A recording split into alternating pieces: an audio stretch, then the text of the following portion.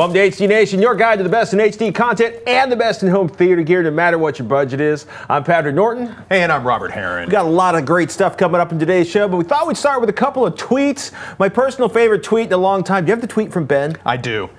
At HD Nation, what do you guys think of the new Bose Soundtouch series Wi-Fi speakers? Well, we think about, you say Bose, and I automatically think overpriced. My parents will love the way it sounds, and it's overpriced. And if you click one more tab over there, this is the Soundtouch. I'm looking at it right now. It looks familiar. It's a Wi-Fi wireless audio system. It's designed to distribute music throughout your home through a connected network, which is just like SONOS. Except it's actually much more expensive. And since people are already complaining about the cost of SONOS, and I own like 4 SONOS boxes, I think people are going to really whine about Bose the Soundtouch cost. Look, if you're a Bose fan, you're happy with Bose, buy more Bose. I am happy for you. If you're asking me about the Soundtouch, it sounds like an overpriced version of Sonos' system. Go with Sonos if you don't have any of it yet. Yeah. I'm just saying. I just say Bose is a good place to start. Yes. And then move from there. Yes. Or buy something less expensive that sounds better to begin with. I'm just saying. I hear you. We had also a really good question about a Target ad. Hey, this one from Justin. He asks basically, is it worth going after, is this TV worth going after on Black Friday? Talking quality versus price, and he brings up this particular ad. Ooh. Holy cow, that's a low price, no doubt. $129 for a 50-inch Element TV. Element's a US manufacturer. We haven't seen this particular one, but they've done some good work in the past. No. And I want to say, though, there's a big but attached to this. Yeah, where's that little, like, 3-point type below? There it is. Oh, wait. Where is it? Oh, there it is. All items on this page, quantities limited, no rain checks. Oh, I can't even get that to highlight there for you, but that tiny little print right there. So, if you're watching this on Thursday night and you're not watching it on your phone in front of Target, I suspect you are too late to get that deal. Without a doubt. Yeah, that's a good price. That's a loss leader. That's something they might be selling under cost, or they got a special deal on a small number of them, and they might have 1 or 3 or 5 in each store. But notice how it's huge and on the front page of the flyer that will be seen by millions of people that are preparing to put on their elbow pads and their brass knuckles and go get Black Friday bargains. If you're waiting in line, if it's like Thanksgiving evening and you drive by the Target at 3 in the morning and nobody's online yet and you really want that, I'd go ahead, park the car, put on a sweater and wait until they open the doors. If you go by Target or Target and you already see 300 people in line, I would bet good money you are not getting that television.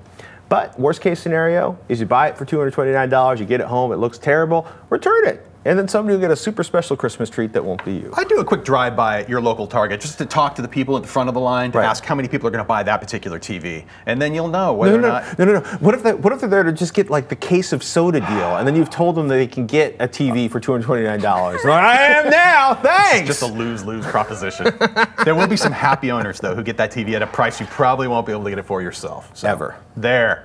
Yeah. Just saying, Black Friday deals, we tend to shop online and not fight our way through the mall on Friday morning because we're sleeping off a turkey. I'd rather use my home theater gear. Yes, at home. Anyway. Watching videos. Speaking of which, I don't know anyone who really appreciates the rat's nest of cables and wires hiding behind a stack of home theater gear.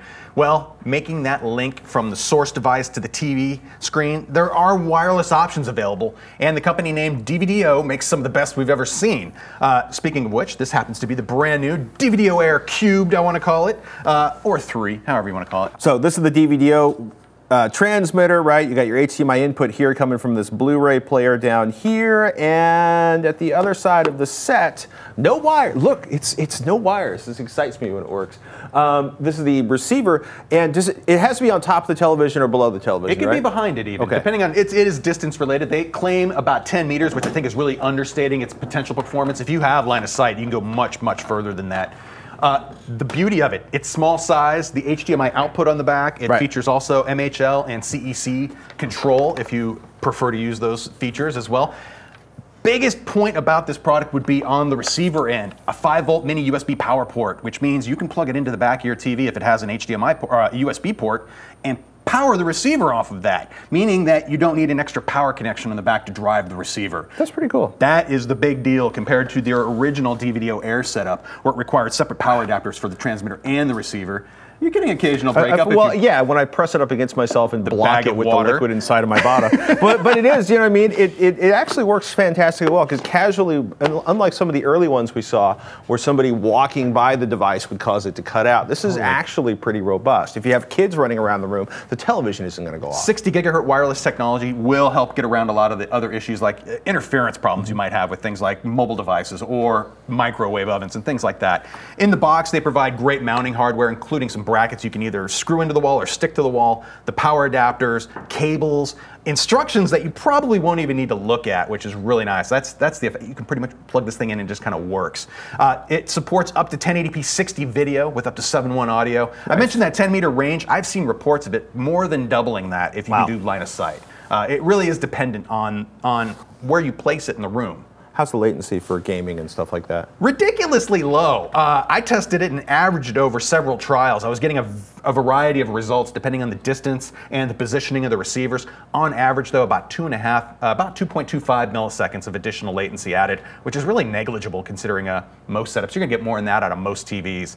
Now, with 1080p 60 Blu-ray test material, I saw no indications of any kind of loss of visual detail or other weird anomalies. For all intents and purposes, its performance matched that of a wired connection. And for $200 online or available on the DVDO website, the Air Cube gets the job done without a lot of drama. It was just a really pleasurable experience overall.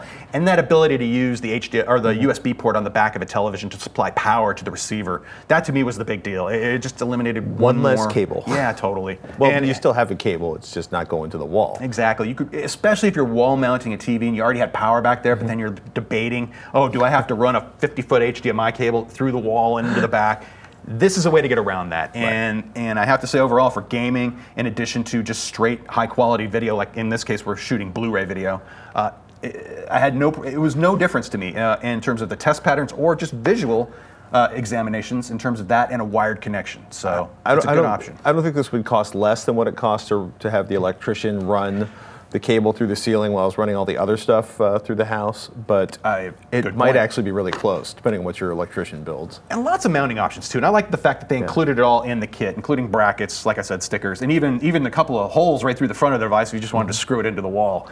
Simple stuff, and that makes it all, in my opinion, all the better. And there are other products out there. We've looked at one from Belkin, Screencast AV4, which is a great product. It includes like a hub for HDMI switching. And we've also shown you this product too, the original DVDO Air, and it also, I would say that this one might offer a little bit extended range because it has more power going through it, but they're both claiming similar performance with these two products. But this is the original. This you can lose in the bezel on an HDTV. This is a big giant thing. This is going to disappear, especially if you pop that logo off the front. Nothing personal DVDO, but I love it. They make good stuff. This is a good product, and I think for that price point, it's going to be a solution a lot of people can use. The projector folks too, in particular. If you've already got the projector mounted up on the ceiling or something, and you don't want to deal with running a video cable up there, you got power up there. That was the hard part. This is a great way to get around that. Power's the hard part. Thank you, DVDO. Love their stuff. The story last week about a person who discovered his LG Smart TV monitoring and reporting his viewing habits, looking at file names, connected devices. It gets worse. The good folks at Ars Technica report a second user who found his LG TV monitoring and reporting the files stored on his networked connected storage devices, like your home server, the place where you keep your movies and your MP3s. Quote, the internet connected TV also sent the names of files shared on home or office networks, the blogger reported. LG told Graham Cluey, quote, this feature was never fully implemented and no personal data was ever collected or retained. This feature will also be removed from affected LG smart TVs with the firmware update. As Graham notes on his webpage, it's rather a failure to apologize and that the firmware update will be available immediately to correct the problem on all, quote, affected LG smart TVs. So when this feature is disabled, no data will be transmitted, unquote. But of course they said they didn't collect any of the data, even if it was, it's a mess. I think this is This is kind of a bit of a screw up on LG's part. A little bit. I mean, it sounds like they implemented a feature. It was buggy to begin with, but it wasn't actually doing anything. It wasn't being used. But it sure looked bad, and it's not the way to do it. Those kind of things shouldn't happen. So it's good to see that they are going to actually fix it. But this will require you to connect your LG TV to the internet and receive this update. Or I guess you could download it separately and stick the USB drive in and fix it that way. But that's up to you. Got to do it if you own one of these TVs.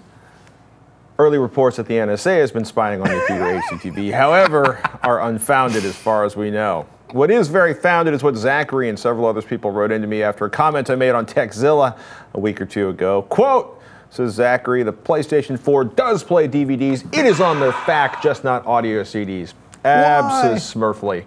I was so irritated by the almost total lack of media support on the PlayStation 4 when somebody mentioned in passing that they did not have a laser that would read DVDs. I took them at their word and I didn't double check online. I apologize. Mea culpas aside, we got an email question from Dirk who writes in, I would like to ask if US market television, for instance Sony's X9 or whatever it's called over there, would work in the UK with UK Blu-ray content streaming and PAL TV signals, as I've seen that Sony's 65-inch model with the magnetic fluid speakers goes for over $5,000 in the US, but goes over 5,000 pounds on the nose over here, which is a rip-off. This seems to be the case for all other sets here. Take $300 or so off the US price and stick a different currency unit in front. Furthermore, certain sets like Sony's curved screen model and TCL's $1,000 4K screen simply don't exist over here. Could you do a roundup of budget 4K? Dirk. I like budget 4K. Yeah, I'm going to like it a lot more when budget 4K supports 60 hertz. That too. That's slowly trickling out. Yeah. Panasonic has one of the first TVs out with 60 hertz 4K support in their latest 4K design. But you're really dealing with a couple of issues here to consider. One is the voltage in terms of what's going into the TV set, and the other are the video signal compatibilities. Most every TV I see nowadays has flexible voltage support. It'll support anything from 50 to 60 hertz, from about 100 to 240 volts. There's really no problem there. You just need to swap the cable on the back of the machine. Usually, maybe there's a plug difference if that, but as far as electricity goes, that shouldn't be the issue. Video though, the video system in particular in use is the crux of the issue, and UK uses the PAL video system, and we in North America here use the NTSC video system that, well, they're different. PAL operates at 25 and 50 hertz in terms of the video refresh rate. NTSC typically operates at 30 and 60 hertz. Now, for North American HD TVs to work properly with the majority of signals in the UK, it would have to specifically support the PAL television system. Unfortunately, not many TVs offer this flexibility. I am less familiar though with the specs of European specific televisions, but I hear they do frequently support both video systems more often than, say, the North American versions do. My simple advice really would be to shop local and save that shipping and handling cost. Then you will know that you not only get something that works, but if anything goes amiss, you'll have product support locally, which is much easier to do than trying to deal with somebody overseas in terms of getting something repaired or fixed or replaced. Yeah, the only thing worse than actually spending hundreds of dollars to ship a giant HDTV to your home in London or wherever you are in the UK is finding out that it doesn't work and then having to pay hundreds of pounds to ship it back. That would be bad. We find lots of source devices that offer multiple format output, like the ability to convert between PAL and NTSC quite easily. I see that less, at least here in the United States, for the TV side of it, where you could just plug anything. You would think, and you would expect that all HDMI cables are spitting out similar signals to any TV that has an HDMI output or input. That's not always the case, unfortunately, and it's just a little bit of confusion. But if you are dealing with jumping across the pond in your content and your hardware, take a look at those specs. And you definitely, I can't suggest a TV that doesn't have PAL support for a UK viewer, especially with the broadcast signal formats and all the content available to you for free and for paid. You don't want to cut yourself off from that. So. Unless you have a really large collection of US Blu-rays and that's all you want to watch. That would do it. Or if there's a simple converter product, but even then, I would rather have that built into the TV. Just get the TV logo. I'm a little surprised, too, that there aren't more manufacturers just standardizing on a single chipset that would just do all the formats and then just once the code's done and the chip's burned, you think that would just be a standard feature, but apparently you can save a few pennies by minimizing those specs within certain markets in the world. Blah. Oh my goodness. Speaking of UK refresh rates, an article appearing on the Guardian website yesterday mentions that Xbox One users in the UK are reporting an interesting video glitch with the new console. It's configured by default to output video at the North American refresh rate of 60 Hz when the majority of broadcast content in the UK is recorded and delivered at a 50 Hz refresh rate. UK viewers say the visual artifacts are particularly noticeable when viewing sporting events with frequent panning shots. The website HDTVtest.com has posted a workaround for the issue where the console can be forced to output 50 Hz video, which returns the pass-through video to normal, but can introduce issues with games that are optimized for 30 or 60 frames per second. Like most games out there. Yeah, Microsoft is apparently aware of the problem, but has not released any additional details. That sounds like another launch glitch for a major market. Weren't you just talking about a chip that would serve both markets? I know the Xbox One can do this. It definitely has the hardware chops internally. It just needs to be properly set up for the UK viewers. That's a weird one, because the whole point of the device, the Xbox One, is to be the pass-through gateway that you connect your main source of broadcast content to, and then that becomes, your unifying interface. And if it's not working for your customer base, it's probably on the list of things to fix. It's probably on the list. I'm sure. To fix. We hope. We wait. But there is a workaround if you need it. Oh my goodness. That's it for this episode of HD Nation. Please subscribe, revision3.com/HDNation. If you're on the YouTubes, go to youtube.com/HDNation. And we want to hear from you. Please email your comments, questions, or suggestions, or post a comment right down below. And until next time, thank you for watching. HDNation at revision3.com. Yes. Do it.